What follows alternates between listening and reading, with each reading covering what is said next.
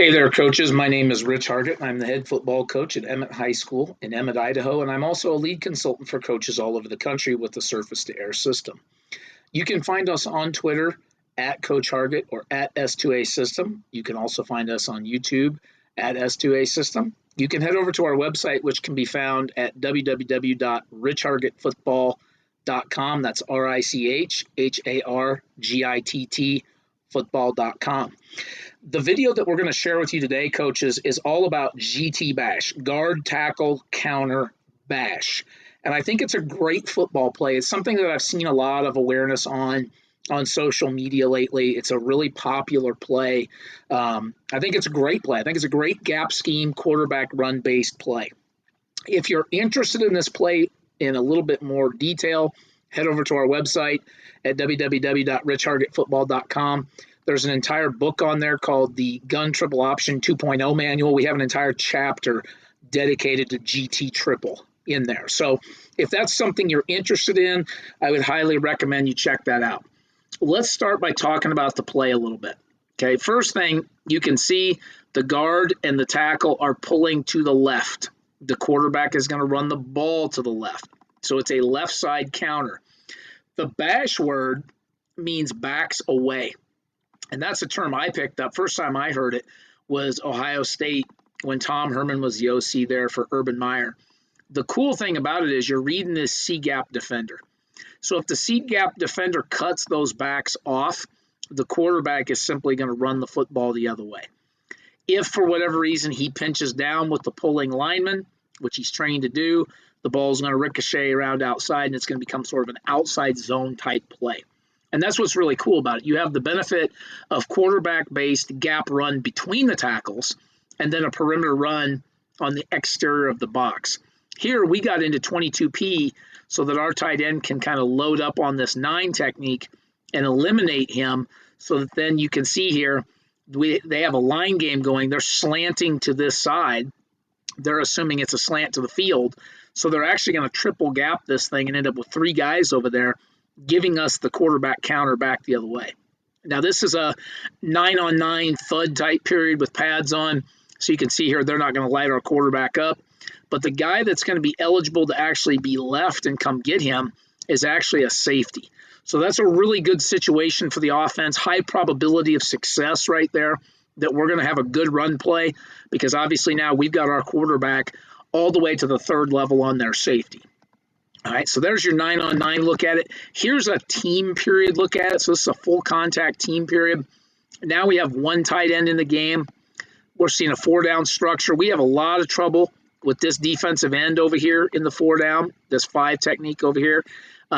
He's a really athletic kid, and he's going to set that edge, and he's going to set it pretty darn well.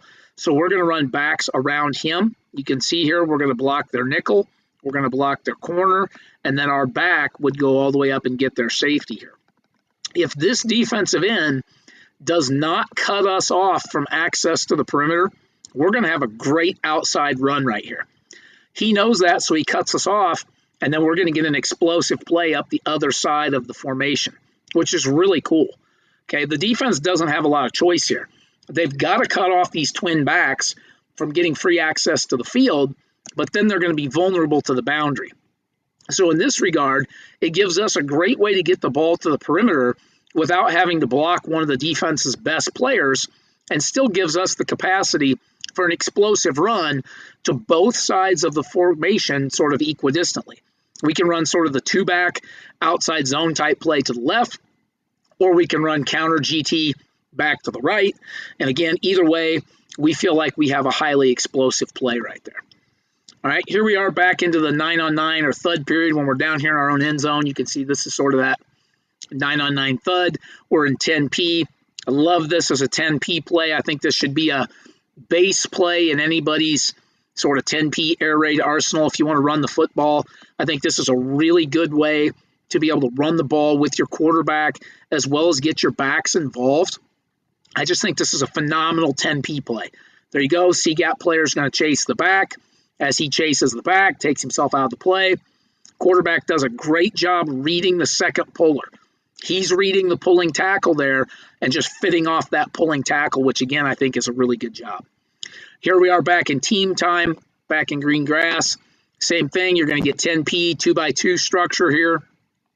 Quarterback does a really good job seeing the second puller sort of has to go double kick. You'll see our right guard has to kick, so does our right tackle. So when you kind of get that double kick posture right there, now you can get the ball back down inside.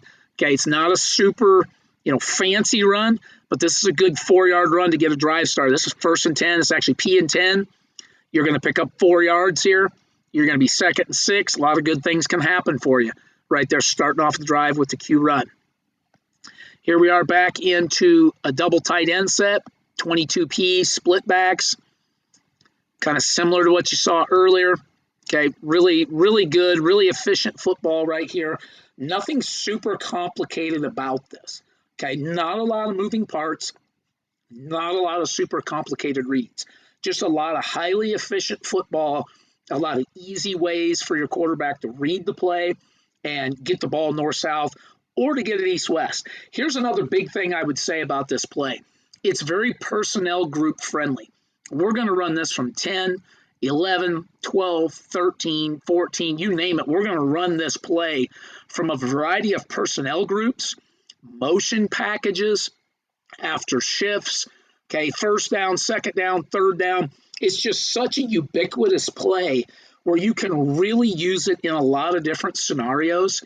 I think it's something that you really should consider adding to your arsenal, especially if you really want to get that quarterback run game diversified and to make it really lethal to get your numbers evened up when you're playing defenses that want to get into some different types of man match coverages and those sorts of things.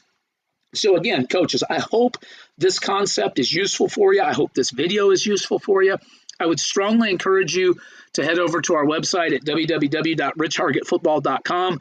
Check out that video and kind of find the links there and look up the manual, the Gun Triple Option 2.0 manual, a whole chapter dedicated to GT Triple. I think it'd be something really useful for you and really helpful. So again, coaches, hope it was useful for you. Look forward to seeing you in the next video.